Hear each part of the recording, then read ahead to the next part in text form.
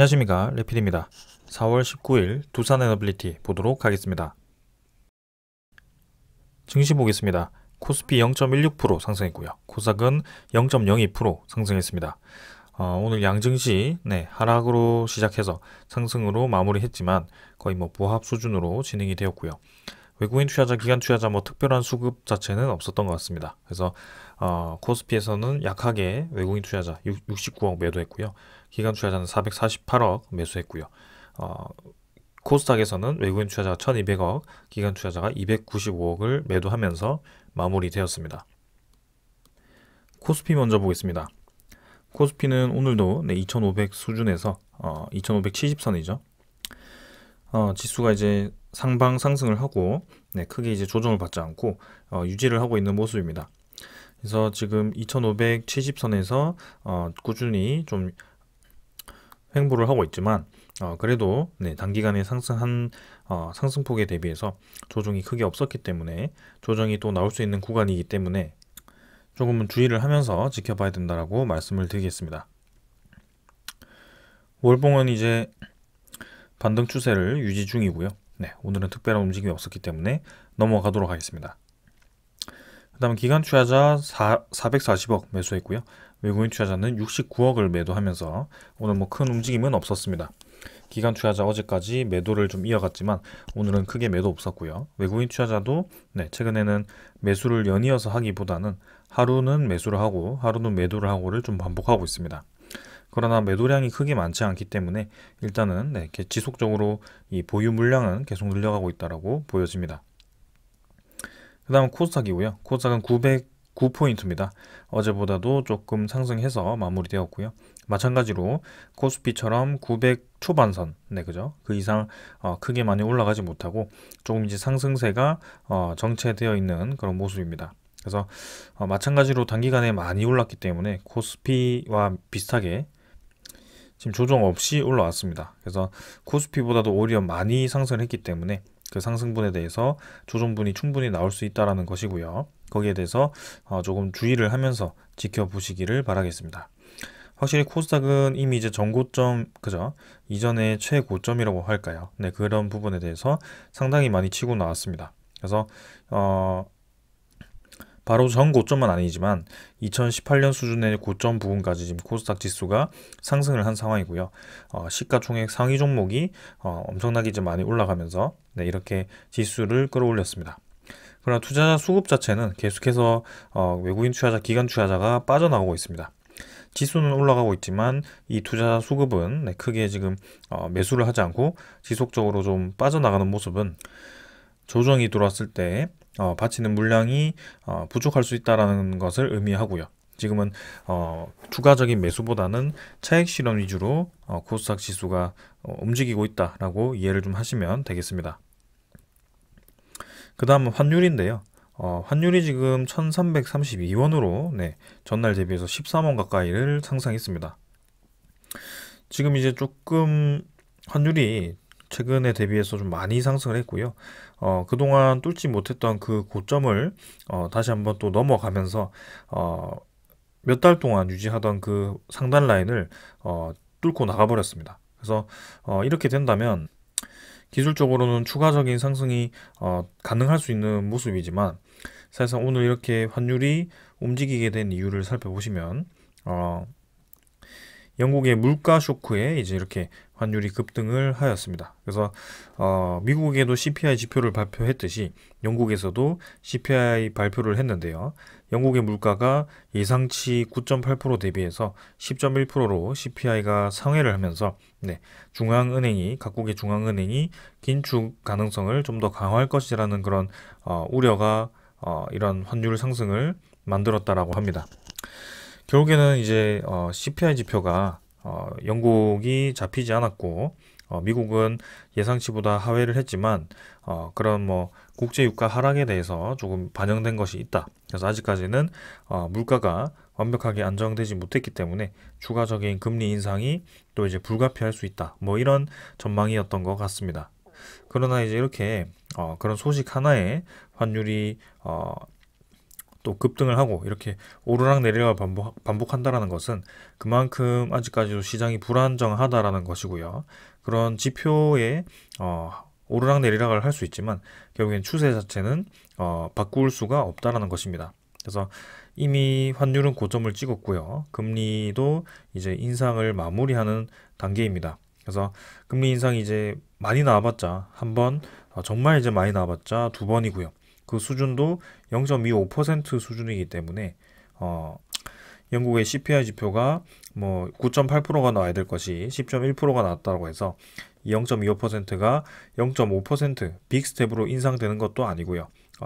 그리고 0.25% 한 두 번 정도를 많이 올릴 수 있던 것을 뭐 한 네 번, 다섯 번까지 뭐 이렇게 올리는 것이 아니기 때문에 시장이 크게 흔들릴 이유가 없다라는 것입니다. 그래서 단기적으로 저렇게 움직일 수는 있지만 결국에는 예상되는 범위 안으로 다시 들어올 것으로 예상이 되고요. 일단 환율이 조금 올라가면서 증시에 대한 움직임들도 조금 조정을 받고 있는 그런 모습입니다. 자, 우리나라는 그래서 상승 마무리를 했지만 지수 선물, 그죠? 미국 증시는 하락을 하고 있고요. 한 0.6% 정도. 그다음에 유럽 증시도 마찬가지 한 0.2% 정도 하락을 하고 있습니다. 그러나 이제 그런 CPI 지표 상회에 대해서 우려했던 것만큼 지수가 많이 떨어지고 있지는 않습니다. 단지 이제 외환, 그죠? 환율이 좀 많이 급등을 했긴 했는데요. 여기에 대해서는 연일 계속 올라가기보다는 좀 다시 안정적인 방향으로 자리를 잡아서 진행돼 주기를 한번 기다려 보겠습니다. 환율이 급등을 하다 보니까 미국 10년물 국채금리도 3.6% 정도로 추가적인 상승이 있었고요.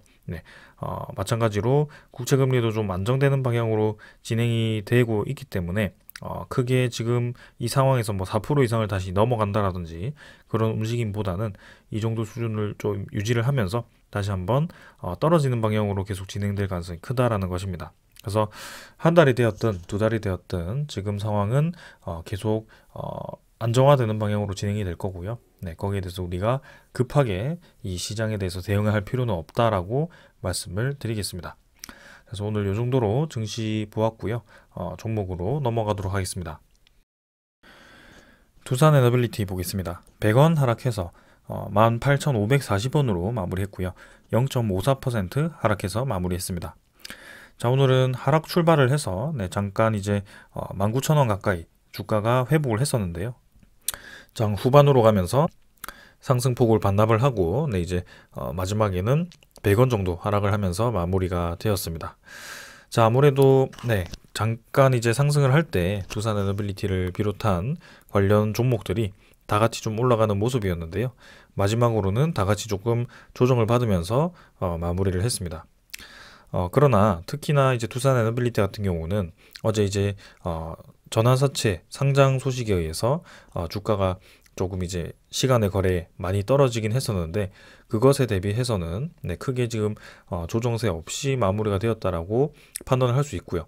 결국에는 제가 어제 정리 드렸던 것처럼 이 12 전환 물량은 상장되는 것은 신규 발행이 아니고 이전에 2021년 7월에 두산 인프라코아가 합병, 그죠? 두산 인프라코아 아래에 있는 두산 밥켓의 지분을 합병하는 과정에서 두산 에너빌리티 아래로 가져왔고요.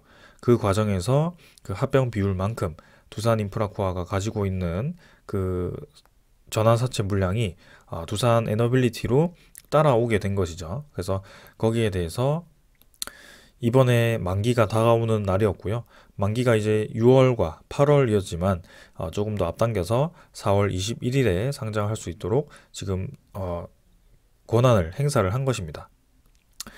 그래서 그 물량 주체가 사실 뭐 사모펀드 정도이기 때문에 그리고 뭐 많은 물량도 아니기 때문에 우리가 뭐 엄청나게 거기에 대해서 집중을 해서 지켜볼 필요도 없을 것 같고요. 그 시간의 하락분도 이렇게 반등을 하면서 마무리가 되었기 때문에 지금은 괜찮은 흐름이다라고 생각을 할 수 있을 것 같습니다.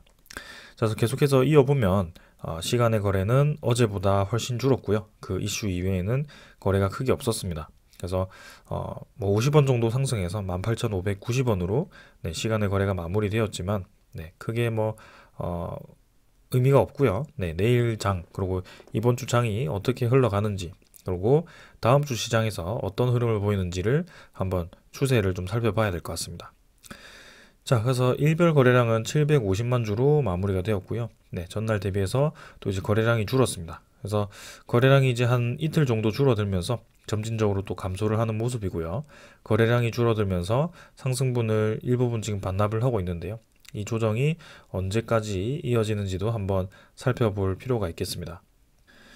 그래서 4월 21일이 그 물량 상장 날이고 그리고 우리가 주목하는 그 4월 26일이 이제 우리나라 대통령이 방미를 해서 거기에 대해서 관련 테마에 좋은 소식이 있을 거라고 기대를 하고 있는 그런 날짜이기 때문에 사실상 이제 조정을 준다면 그 4월 25일까지도 조정을 줄 수 있다라고 좀 생각을 합니다. 그러나 거래일로 따져본다면 목요일, 금요일, 월요일 정도 3일 정도가 남았는데요. 그 3일 동안 어떤 흐름을 보일지는 한번 계속 지켜보겠습니다. 일단 결국에는 지금 고점 자체가 한 번 더 높아져서 이전 전 고점을 넘어선 상태고요.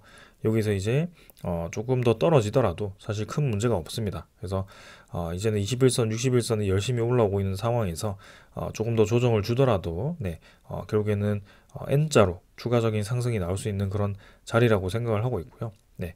거래량 자체가 이제 완벽히 이제 감소하기보다는 감소하는 듯 하면서 다시 추가적인 상승이 나온다면 아주 좋을 것 같습니다. 자, 그래서 일단 차트는 이 정도로 한번 살펴보고요. 이번 주 흐름 계속 주목을 해보겠습니다. 자, 월봉 같은 경우는 20월봉선 위로 잠깐 치고 나갔다가 지금 조금 조정을 받아서 20월봉선 수준에 머무르고 있는데요. 일단 조금 더 힘을 내서 이번 달에 이 음봉 월봉의 음봉을 한번 메워주는 모습을 보였으면 좋겠습니다. 그래서 다음 주 정도로 좀 기대를 하고 있고요. 한번 다음 주까지 지켜보겠습니다. 그 다음은 투자자 수급이고요. 기관 투자자 12만 주 매수했고 외국인 투자자가 68만 6천 주를 매수했습니다. 그래서 양매수가 들어왔고요. 어제 대비해서는 매수가 좀 붙어주면서 추가적인 매도를 진행하지는 않았습니다. 그래서 전환사채 물량이 등장했음에도 불구하고 그 소식이 들려왔음에도 불구하고 크게 이 기관 투자자라든지 외국인 투자자가 많이 이탈하는 모습은 없었고요. 기관 투자자 물량을 보면은 금융 투자가 4만 5천 주, 그 다음에 모험이 3천 주 정도 매수했고요. 투신 같은 경우는 9,900주를 매도했지만 이틀 정도 합쳐서 12,000주밖에 되지 않습니다. 그래서 최근에 매수했던 그 물량의 대부분을 아직 매도하지 않고 가지고 있는 모습이고요. 결국에는 그 물량을 점점 높여가고 있다는 것이 핵심인 것 같습니다. 그리고 연기금 투자자도 지금 32,000주를 또 추가로 매수하면서 최근에 아주 공격적으로 매수하던 그 물량은 아니지만 그래도 꾸준히 지금 매수를 이어가고 있고요. 사모펀드도 마찬가지 5만 주를 매수하면서 최근의 매수세를 계속 이어가고 있습니다. 그래서 지금 특별하게 매도를 계속 진행하는 투자자는 없는 것 같고요. 계속 양매수를 진행하면서 지금 4월 초부터 3월 31일부터 지금까지 꾸준히 지금 매수를 이어가 주고 있습니다. 그래서 이런 흐름이 결국에는 상승으로 좀 전환되기를 기대를 하고 있고요. 그 시점을 다음 주 정도로 생각을 좀 하고 있습니다.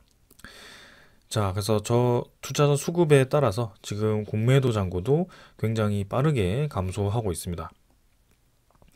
이전에 외국인 투자자가 매수를 했을 때 공매도 잔고가 감소하고 외국인 투자자가 매도를 했을 때 공매도 잔고가 증가하는 패턴이었는데요.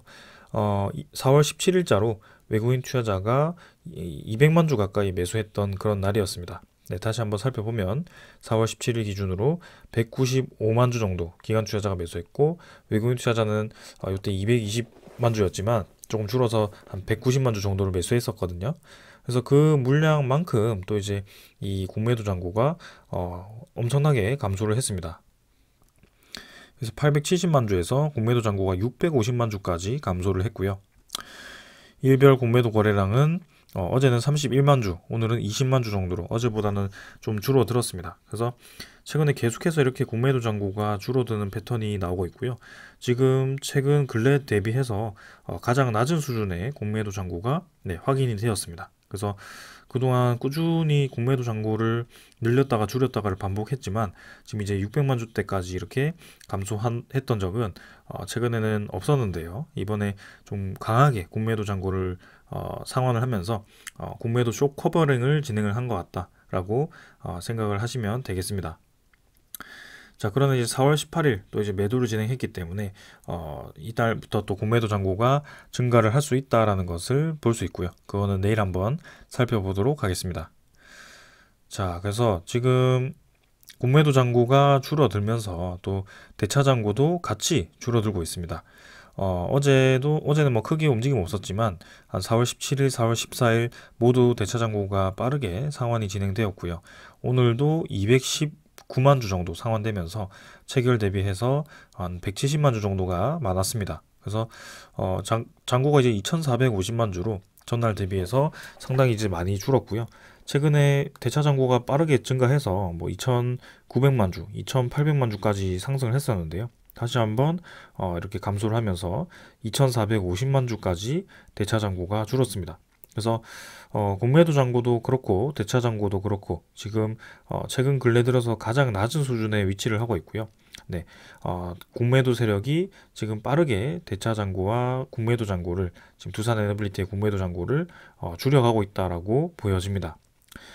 그 주체는 아무래도 제가 계속 생각하고 있는 모간서울이고요. 모간서울과 JP모간, 신한증권이 계속 이 매수 창구, 매도 창고를 왔다 갔다 하면서 이 공매도를 주로 이용하고 있다라고 여러분들께 말씀을 드렸습니다. 단순 추측이 아니고 이 투자자들이 매수에 접근했을 때, 매도에 접근했을 때 공매도의 패턴이 똑같이 움직였기 때문에 그렇게 좀 생각을 하고 있고요. 이번에도 이제 보시면 최근 60일 동안의 매수량을 보시면 JP모간은 지금 이제 80만 주 정도인데 모간서울이 485만 주를 매수하면서 지금 대부분 모간서울에서 매수가 나왔습니다. 최근에 한번 공매도가 늘어나면서 주가가 올랐던 것이 떨어지던 그 지점에서 오히려 모간서울이 매도를 했었는데요. 네, 이 부분이었죠. 그래서 이때까지 모간서울이 계속 매도를 하면서 주가가 이제 하락을 했었는데 지금 결국에는 2달 동안 평균을 했을 때 모간서울이 지금 480만 주 가까이를 매수를 했다라는 겁니다. 그래서 지금 뭐 2달이라고 한다면 이 수준인데요. 이렇게 해서 주가가 쭉 올라가면서 공매도 잔고도 많이 줄었고 대차 잔고도 많이 줄었고 결국에는 모간서울의 물량이 늘어났다라는 것입니다. 뭐 특별한 이유 없이 저렇게 늘릴 리는 없을 것 같고요. 이 두산에너빌리티를 아마 이 MSCI 리밸런싱에 의해서 비중 조절이 되었을 가능성도 크고요. 그래서 그런 비중이 두산에너빌리티가 늘어났다면 모간서울이 의무적으로 물량을 매수를 해야 되는 그런 상황이 되었을 수도 있고요. 그래서 그런 과정 속에서 공매도를 이용한 그런 물량 매집이라고 할까요? 그런 것들을 수행하고 있을 수도 있습니다. 그래서 지금은 확실히 공매도를 이용하긴 했지만 결국에는 보유 물량을 좀 늘려가는 방향으로 진행이 되어가고 있다는 것이 사실이고요. 특히 이 JP모간 말고 모간서울은 공매도 대량 보유자로 신고가 되어 있기 때문에 지금 공매도 잔고가 650만 주까지 감소를 했다는 것은 그 대량 보유하고 있던 공매도 잔고를 상당 부분 지금 숏커버링을 해서 상환을 진행했다라고 이해를 할 수도 있을 것 같습니다. 자, 그래서 대차 잔고와 공매도 잔고가 이렇게 줄었다라는 것은 더 이상 이제 주가가 올라도 그 공매도 잔고가 손해를 볼 일이 없다라는 것이고요. 거기에 대해서 지금 주가는 충분히 급등하기 좋은 상황이 만들어지고 있다라고 보시면 될 것 같습니다. 그 다음에 이제 외국인 추적 물량은 69만 주 매수였지만 마지막에 이제 25만 주 마이너스로 이렇게 잡혔습니다. 그래서 변동성이 좀 크게 나왔지만 여전히 이제 13% 정도 외국인 보유를 유지를 하고 있고요. 지금은 최근에 JP모간이 계속 매수를 했었는데 오늘도 모간서울이 매수를 하면서 매수량을 계속 늘려가는 모습을 보였습니다. 그래서 이 모간서울과 이 외국인 투자자의 움직임과 그 다음에 공매도 잔고의 상환에 대해서 계속해서 주시를 해서 지켜보도록 할 거고요. 일단은 공매도 잔고 많이 줄었다는 것은 상당히 긍정적으로 바라볼 수 있을 것 같습니다. 자, 그래서 대차장구까지 다 확인을 했고요. 네, 지금은 주가가 좀 올라가기 좋은 그런 상황이 만들어졌고, 며칠 한 이틀 정도 네, 조정을 받았지만 크게 지금 상승분에 대해서 네, 전체적인 추세는 무너지지 않고 계속 유지를 하고 있다라는 점이 중요합니다. 그래서 테마들이 다 같이 또 움직일 가능성이 크다라고 말씀을 드리면서 네, 넘어가도록 하겠습니다. 자, 그 다음에는 이제 소식들 좀 전해드리도록 하겠습니다. 먼저 전해드릴 소식은 이제 4월 26일 다음 주죠. 다음 주에 우리나라 대통령과 이제 122명의 경제사절단이 파견이 되어서 방미를 한다라고 합니다. 그래서 대표적인 이 대기업들, 네, 총수들이 다 같이 이제 가기로 했고요. 네, 거기에는 두산 에너빌리티 회장과 네, 그다음에 두산 회장이 같이 또 가게 됩니다. 요거는 이제 경제사절단의 그런 모집 공고를 통해서 신청서를 제출한 기업을 대상으로 선정이 되었고요. 네, 이번에 좋은 결과가 있기를 좀 바라겠습니다. 그래서 본격적으로 이제 경제사절단이 꾸려졌고 이제는 방미를 해서 어떤 협력을 할지 그리고 어떤 의제를 논의를 할지를 결정을 하고 갈 것 같습니다. 그래서 아무래도 우리가 계속 주목을 하고 있고 대표적인 논제로 이렇게 논의가 될 수 있는 사항이 이 한미 원전에 대한 분쟁 해결이고요. 그리고 공동 수출에 대한 협력이 이제 약 2년 전에 네, 얘기가 되었었는데 작년에도 강조가 되었고 이제 올해는 이제 그런 현실화를 위한 약속을 하지 않을까라는 좀 그런 기대감을 하고 있습니다. 그래서 이전에는 폴란드 원전 수출, 뭐 체코 원전 수출, 뭐 이렇게 하면 굉장히 이제 막연한 그런 소식이었는데요. 이제는 폴란드 원전도 이미 작년 10월에 정부 차원의 발주량은 이미 수주가 되었고, 그 다음에 올해 한 7월이나 하반기 정도에 민간 원전에 대한 발주를 이제 진행을 할 거고요. 내년 3월에는 체코 원전에 대한 최종 입찰자가 선정이 될 것으로 추정이 됩니다. 그래서 이전에도 내용이 좀 나왔었는데요. 지금 이제 협상을 위한 최종 협상 단계라고 네, 평가를 하고 있고요. 이미 이제 그 최종 합의점을 도출을 하고 막판 협상을 벌이는 것으로 이렇게 내용이 알려졌습니다. 네, 그래서 우리나라 대통령실 경제수석이 이제 얘기하기를 이번 회담을 계기로 전향적인 합의를 도출할 가능성이 있냐라고 이제 물어봤는데 거기에 대해서 전반적으로 기업 간 법적 절차가 이미 진행 중이고 거기에 대해서 어떤 식으로 이제 소송이 회담에서 논의될지는 알려드릴 수 없다라고 얘기를 했다라고 합니다. 그래서 일단은 특별한 내용을 공개하지는 않은 것 같고요. 그러나 그 정부 간에 네, 관련된 소통과 협력이 이루어지고 있다라고 이제 얘기를 하면서 네, 회담 기간에 관련 협의를 할 수 있다라는 그런 이제 뉘앙스를 좀 풍겼습니다. 자, 그래서 대통령이 가서 네, 그리고 경제사절단이 가서 즉흥적으로 그렇게 소송전에 대해서 얘기를 하기보다는 이미 이제 어느 정도 네, 결론에 도달을 하고 최종 협상을 하고 있는 과정에서 네, 그 내용이 언급이 되거나 이미 이제 협상이 된 상황에서 언급이 될 가능성이 크다라고 생각을 하고요. 그 얘기는 빠르면 네, 4월 26일 늦으면 이제 그 주에 발표가 그리고 정리가 될 것으로 예상이 됩니다. 자, 그래서 이제 소송보다는 협의를 진행했을 때에 대한 그런 파급력은 우리나라의 그런 기술력, 제조업에 대한 기술력과 그 다음에 미국의 원천 기술, 네, 그 다음에 뭐 자본력, 네, 자본력, 그 다음에 외교력 그런 것들과 그 다음에 UAE와 같은 그런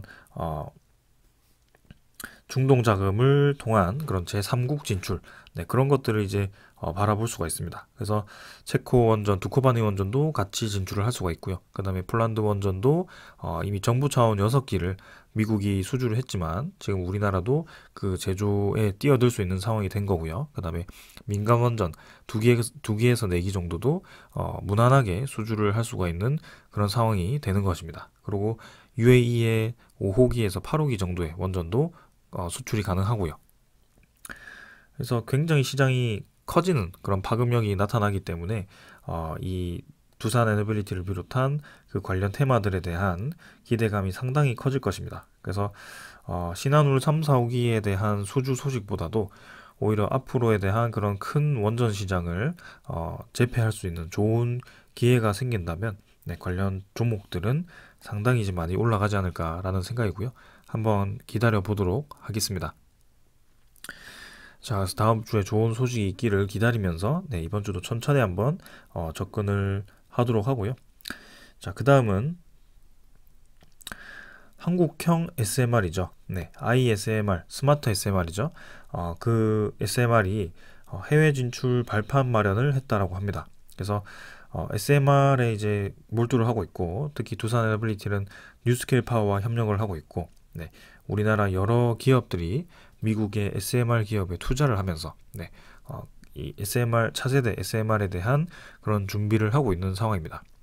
그런 와중에 이제 우리나라도 일찌감치 이제 SMR에 대한 표준 설계를 인정을 받았지만 중간에 이제 그런 탈원전을 거치면서 SMR에 대한 개발과 그런 것들이 중단이 되었었고요. 지금 이제 다시 한번 그 SMR에 대한 개발 완성과 그 다음에 상용화를 위한 준비를 하고 있습니다.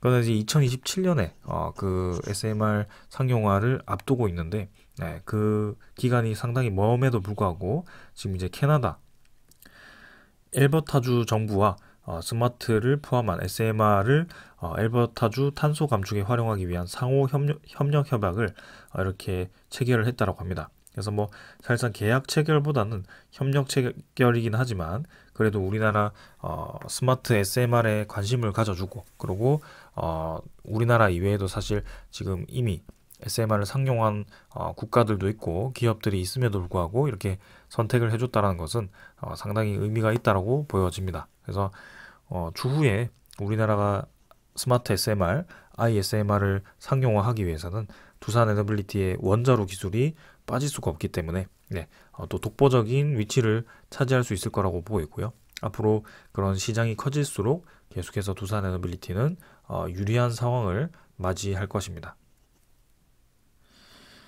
자, 그래서 SMR도 지금 분위기가 괜찮다. 그리고 두산 에너빌리티가 직접적으로 협력을 하고 있는 뉴스케일 파워도 지금 폴란드 소형 원전인 허가를 위한 그런 과정을 거치고 있다고 하고요. 네, 지금 루마니아 SMR 건설에 이어서 지금 폴란드 SMR 건설을 위한 준비를 진행 중입니다. 그래서 SMR 시장이 급속도로 성장을 하면서 이제 뉴스케일 파워의 그런 SMR도 점점 이제 보급화가 본격적으로 진행이 될 것으로 예상이 됩니다. 거기에 따라서 두산 에너빌리티로 직접적인 수혜를 받을 수 있을 것으로 기대가 되고요. 두산 에너빌리티는 SMR에 대한 그런 기자재를 생산할 수 있는 파운드리 기업으로 글로벌 파운드리 기업으로 성장할 수 있는 그런 목표를 가지고 있기 때문에 네, 상당히 또 기대가 됩니다. 자, 그래서 이런 기자재 사업을 위해서 두산 에너빌리티가 야심차게 준비하고 있는 그런 프린팅이죠. 3D 프린팅. 이전부터 4대 성장 사업 이외에 주목을 받고 있는 그런 사업인데요. 4대 성장 사업 다음에 주목을 받고 있는 그런 3D 프린팅입니다. 그래서 두산 에너빌리티가 네, 지금 실제로 구축한 3D 프린팅 사진이고요. 네, 이 방법은 이제 레이저를 이용해서 분말을 녹여서 실시간으로 빠르게 이제 그 분말을 쌓아가는, 네, 녹여서 쌓아가는 그런 공법입니다. 그래서 가스터빈의 그런 핵심 부품이라든지 아니면 전투기의 뭐 그런 부품이라든지 그런 것들로 이제 진행을 할 수가 있고요. 그동안 이제 1600개 이상의 부품을 만들었고 그중 400개 이상을 소규모로나마 양산을 했다라고 합니다. 그래서 앞으로 네, 이제 그 부품 생산을 점점 이제 진행을 하면서 네, 두산 에너빌리티의 3D 프린팅 기술이 점점 알려질 것으로 예상이 되고요.